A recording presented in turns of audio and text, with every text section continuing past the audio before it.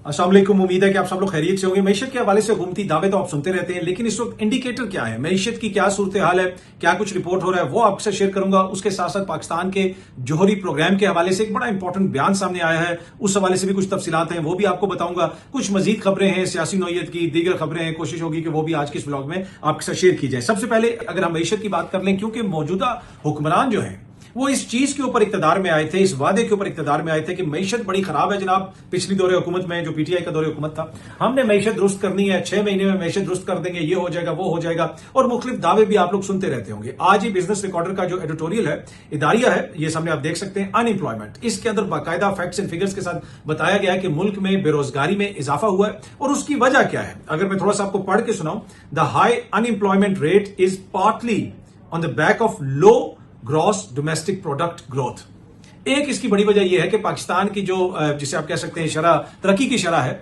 वो बड़ी कम है। जीडीपी की जो ग्रोथ है वो बड़ी कम है। अगर आप मजीद इसके अंदर तफसील पढ़ें तो इसमें बताया गया है कि 2022-23 में जो ग्रोथ थी वो नेगेटिव में चली गई, लेकिन उससे पिछले साल 6.2% थी।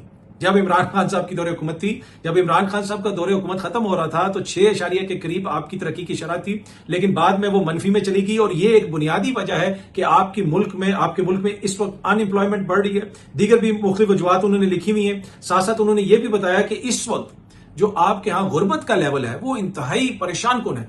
वर्ल्ड बैंक की रिपोर्ट के मुताबिक आपकी आबादी का 44.2%, यानी आपकी तकरीबन आधी आबादी गुर्बत का शिकार हो चुकी है। ये हालत है जनाब आपकी मुल्क के अंदर इस वक्त इकोनॉमी की, अनएम्प्लॉयमेंट की, तरक्की की शरह की।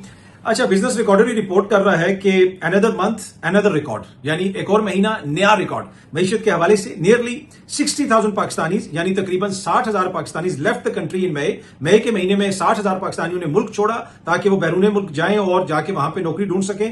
To look for work abroad, up 12.7% from April के मुकाबले में ये 12% तादाद ये ज्यादा थी। और गुज़िश्ता ये जो 5 महीने गुजरे हैं इस साल के, अब तक 2,85,000 पाकिस्तानी जो हैं वो मुल्क छोड़ के जा चुके हैं। द गवर्नमेंट मीनवाइल वो ये कह रहे हैं कि गवर्नमेंट इस सारे अरसे के दौरान ये नारे लगा रही है कि जीडीपी ग्रोथ बहुत ज्यादा हो गई है, वो ये भी कह रहे हैं कि जी इन्फ्लेशन बड़ी कम हो गई है, करंट अकाउंट सरप्लस हो गया है, लेकिन हालत ये है कि इस साल अब तक 2,85,000 पाकिस्तानी रोजगार की तलाश में मुल्क छोड़ के जा चुके हैं। अब ये एक और चीज आप सामने देखें, ख्वाजा आसिफ साहब ने एक ट्वीट की हुई है और उन्होंने सेलिब्रेट किया हुआ है कि जी इतना ज्यादा रेमिटेंसेज जो है वो ओवरसीज पाकिस्तानी भेज रहे हैं। अच्छी बात है, भेजें, पाकिस्तान में आते हैं, लेकिन इन्हीं ओवरसीज पाकिस्तानियों के हवाले से ख्वाजा साहब पार्लियामेंट के अंदर क्या कुछ फरमाते रहे वो भी हमें याद है। पर एनीवे, अब मसला ये है कि जब मुल्क में रोजगार ही नहीं है, मैं हर महीने 60-70 हजार बंदा नौकरी ढूंढने बाहर जा रहा है क्योंकि आपके यहां जीडीपी की ग्रोथ जो है वो कम है, कोई भी सेक्टर चल नहीं रहा, तो लोगों ने बाहर ही जाना और बाहर से ही पैसा भेजना है। वो रेमिटेंसेस तो आ जाते हैं, लेकिन जो जरूरत है कि मौजूदा हमारी जो इधर इकोनॉमी है उसको कैसे हमने एक तरह से मुतहरिक करना है, इकोनॉमी के अंदर कैसे वैल्यू को ऐड करना है, वो नहीं हो रहा। ब्रेन ड्रेन भी हो रहा है, लाखों लोग हर साल मुल्क छोड़ के जा रहे हैं और इकोनॉमी की ये सिचुएशन है। और उस पे हम जनाब ये कह रहे हैं कि देखें जनाब कितने ज्यादा बाहर से तरसीलाते ज़र आगे, तरसीलाते ज़र में इजाफा इसलिए हो रहा है कि पाकिस्तान में किसी के पास अब रोजगार ही उस नौयत का नहीं रहा। बहुत सारे लोगों के पास वो जो पहले इधर कमा लेते थे अब वो इधर नहीं कमा सक रहे, वो बाहर जा रहे हैं और फिर वो बाहर से पैसा भेज रहे हैं। उसमें आपकी तरसीलाते ज़र की फिगर तो बड़ी अच्छी नजर आ रही है, लेकिन मुल्क की इकोनॉमी की ये हालत है कि लोगों को यहां पे पैसा कमाते हुए, पैसा इन्वेस्ट करते हुए प्रॉब्लम हो रही है। इसी वजह से लोग ना यहाँ पे पैसा उस तरीके से इन्वेस्ट कर रहे हैं, ना यहाँ पे इस तरीके से वो पैसा कमा सकते हैं और वो फिर बाहर जा रहे हैं। तो ये कोई इतने अच्छे ट्रेंड नहीं है जिस तरीके से लोग मुल्क छोड़ के जा रहे हैं। और जो अनएम्प्लॉयमेंट की हालत है वो भी हमारे सामने है। पर ये कह रहे हैं जनाब के महंगाई भी कम हो गई है, ये चीज भी बेहतर हो गई है, वो चीज भी बेहतर हो गई। ये सामने आप देख सकते हैं, एहसन इकबाल साहब ने ये ट्वीट किया हुआ है। ये इमरान खान साहब के दौरे हुकूमत में उन्होंने ये ट्वीट किया था और उसमें उन्होंने बुनियादी तौर पे कुछ चीजें शेयर की, कुछ इंफॉर्मेशन शेयर की है। एक दवाई के हवाले से उन्होंने बताया तब्दीली आ नहीं रही, आ गई है। 548 रुपए की दवाई एक ही बार में 921 रुपए की कर दी गई है। तकरीबन 373 रुपए का इजाफा। गरीब के लिए जीना दुश्वार हो गया है, अब बीमार होना भी दुश्वार है। मतलब गरीब तो जिंदा भी नहीं रह सकता, लेकिन अब उसका बीमार होना भी दुश्वार हो गया है क्योंकि दवाई की कीमत में इतना इजाफा हो गया। ये इमरान खान साहब के दौरे हुकूमत में वो बता रहे हैं कि 300 रुपया इजाफा हुआ, 550 से कीमत बढ़ी और तकरीबन 900 रुपए कीमत होगी। लेकिन आजकल उसी दवाई की इनके दौरे हुकूमत में कीमत कितनी है क्या आपको पता है?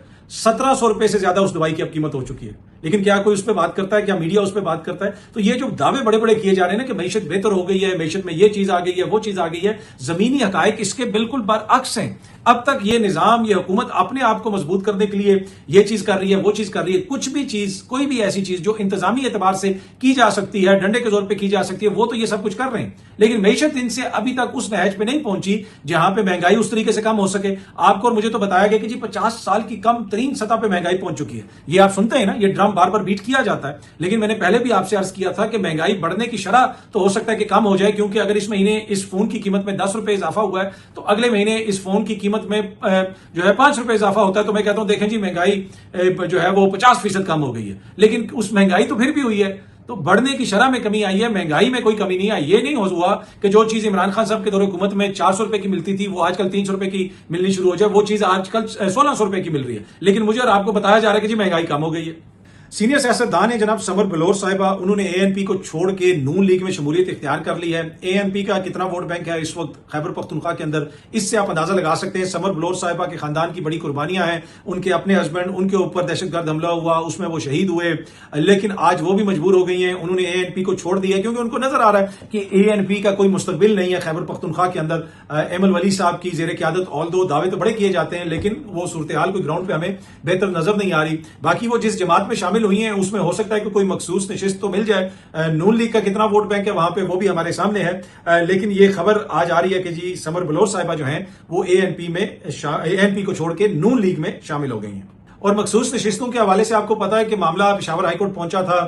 نون لیگ والے کہہ رہے تھے کہ جناب وہ جے یو آئی ایف والوں کو زیادہ سیٹیں دے دی گئی ہیں، ہماری بھی اتنی جنرل سیٹیں ہیں، ہمیں بھی زیادہ سیٹیں دی جائیں۔ پھر معزز عدالت نے معاملہ بھیج دیا الیکشن کمیشن کو دوبارہ کہ جناب وہ پرانا نوٹیفیکیشن کینسل ہے، آپ منصفانہ طریقے سے ساری جماعتوں سے بات کریں اور منصفانہ تقسیم کریں ان جماعتوں کے بیچ میں سیٹیں۔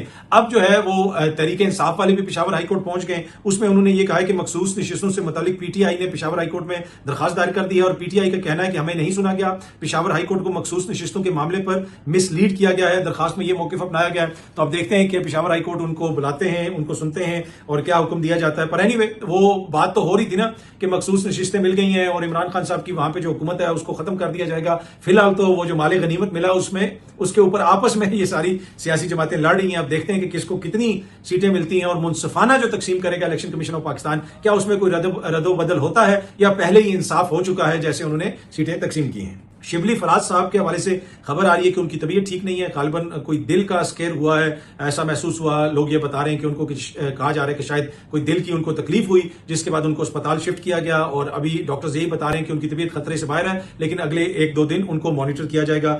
سو ان کی اسپیڈی ریکوری کے لیے ہماری طرف سے بہت ساری دعائیں۔ میری زندگی میں کبھی بھی شبلی فراز صاحب سے ملاقات نہیں ہوئی، ایک ہی دفعہ ملاقات ہوئی ہے خیبر پختونخوا ہاؤس میں، ادھر ایک افطاری کا انتظام کیا گیا تھا، میں نے پہلے بھی آپ کو بتایا تھا، اور جب میں اندر گیا میرے ساتھ ایک اور صحافی بھی تھے، ہم سب سے آخر جو ٹیبل تھا اس کے اوپر بیٹھ گئے، شبلی صاحب بھی ہمارے ساتھ آ کے بیٹھ گئے، پہلی دفعہ میری ان سے ادھر ملاقات ہوئی، سلام دعا ہوا، تو ان کو کسی نے آ کے کہا کہ آپ آگے چل کے بیٹھے، انہوں نے کہا نہیں، آگے وہ جو بدبودار آدمی آپ نے بٹھایا ہوا ہے، میری غیرت تو اجازت نہیں دیتی ہے کہ میں اس کے ساتھ جا کے بیٹھوں۔ وہ ایک صحافی تھے جو عمران خان صاحب کے حوالے سے بہت کچھ کہتے رہے، تو کے پی ہاؤس میں جو دعوت دی گئی تھی ان کو نہ صرف بلایا گیا تھا بلکہ سب سے آگے بٹھایا گیا تھا، جس کے اوپر شبلی فراز صاحب نے جو ہے نا بڑی ایکسیپشن لی، اور انہوں نے کہا کہ میری یہ غیرت جو ہے نا وہ اجازت نہیں دیتی کہ جو میرے لیڈر کے حوالے سے اس قسم کی باتیں کرتے رہے ہوں۔ تنقید کرنا ایک الگ بات ہوتی ہے، گھٹیا قسم کی باتیں کرنا ایک الگ بات ہوتی ہے، تو میں تو ادھر کبھی بھی آگے جا کے نہیں بیٹھوں گا۔ پر اینی وے وہ ہمارے ساتھ بیٹھے، تھوڑی دیر ان سے وہاں پہ بات ہوئی، اور وہی میری پہلی دفعہ اور آخری دفعہ جو ملاقات ہوئی تھی ان کے ساتھ وہی ملاقات تھی۔ تو آج یہ خبر سامنے آ رہی ہے ان کی صحت کے حوالے سے، تو ہماری نیک تمنائیں ان کے ساتھ ہیں، ہماری پریئرز ان کے ساتھ ہیں، وی ہوپ کہ انشاءاللہ جلد وہ فلی ریکور کر جائیں گے۔ اچھا، جو یوٹیوب چینلز بلاک کیے گئے ہیں اس پہ اب جو سپریم کورٹ بار ایسوسی ایشن ہے اس نے بھی مذمت کر دی ہے، اس نے بھی کہا ہے کہ جناب یہ غلط طریقے سے آرڈر آیا ہے، وہ ایک طرح سے آرڈر آیا ہے نا کہ ان سارے چینلز کو بند کر دیا جائے، اڑا دیا جائے مجسٹریٹ صاحب کی عدالت سے، تو اس کے اوپر اب کافی زیادہ بیک لیش بھی آ رہا ہے۔ آلدو کہ سپریم کورٹ بار ایسوسی ایشن اس کو غیر قانونی کہہ رہی ہے، اس کی مذمت کر رہی ہے، لیکن ہمارے جو وزیر ہیں طلال چودھری صاحب وہ یہ کہہ رہے ہیں کہ جی یہ بالکل ٹھیک ہوا ہے، اور ان لوگوں کے خلاف قانونی کارروائی بھی کی جائے گی جو لوگ اس میں ملوث ہیں۔ अच्छा, खैबर पख्तूनख्वा में क्वाड कॉप्टर हमले हुए हैं। बन्नू में एक खातून उसमें जहां बाक हुई हैं, 3 बच्चे जख्मी हुए हैं। बताया जा रहा है कि किसी जगह पे पुलिस को भी निशाना बनाया गया।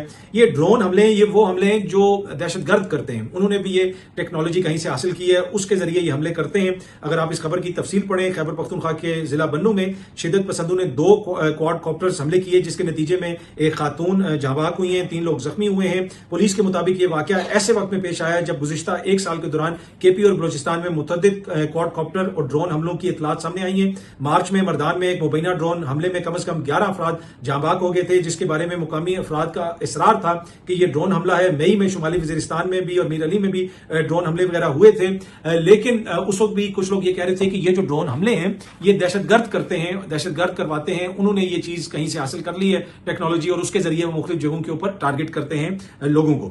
अच्छा, आखिर में पाकिस्तान के एटमी प्रोग्राम के हवाले से बड़ा इंपॉर्टेंट बयान सामने आया। डीजी IHPR साहब ने इंटरनेशनल मीडिया को इंटरव्यू देते हुए बताया है कि पाकिस्तान का एटमी प्रोग्राम महफूज है, किसी में निशाना बनाने की जरूरत नहीं है। आपको पता है कि ईरान के ऊपर हमला हुआ है उसके एटमी प्रोग्राम के ऊपर, और इसराइल ने हमला किया। उसके बाद पाकिस्तान के प्रोग्राम के हवाले से भी बहुत सारी बातें वगैरह होती रही, लेकिन ये जो डीजी IHPR साहब ने कहा कि किसी में जरूरत नहीं है कि वो पाकिस्तान के एटमी प्रोग्राम को निशाना बनाए। माजी में भी इसराइल ये कोशिश तो करता रहा है, इस तरह की खबरें आती रही हैं कि उन्होंने कोशिश की, लेकिन तमाम तर तनकीद के बावजूद अगर आप देखें पाकिस्तान का जो एटमी प्रोग्राम है वो एक बड़ा यूनिक किस्म की केस स्टडी है। पाकिस्तान के इतने ज्यादा वसाइल नहीं थे, ये अरब ममालिक के पास तो बड़ा पैसा है। अपने महदूद वसाइल के अंदर ना सिर्फ हमने ये टेक्नोलॉजी हासिल की, बल्कि हमने अपने प्रोग्राम को महफूज रखा, और वाकई किसी की जरूरत नहीं हुई कि वो इसको निशाना बना सके, क्योंकि हमने एक ऐसा सिस्टम मुरतब किया कि बड़ा महफूज रखा। हमारे किसी साइंटिस्ट को निशाना नहीं बनाया जा सका। ऑल्दो कि जिस तरीके से हम देखते हैं कि ईरान के अंदर जोहरी जो साइंसदान है उनको बार बार निशाना बनाया जाता है, बड़ी तादाद में उनकी वहां पे टारगेट किलिंग हुई, और इसी किस्म की कोशिश की गई पाकिस्तान के अंदर भी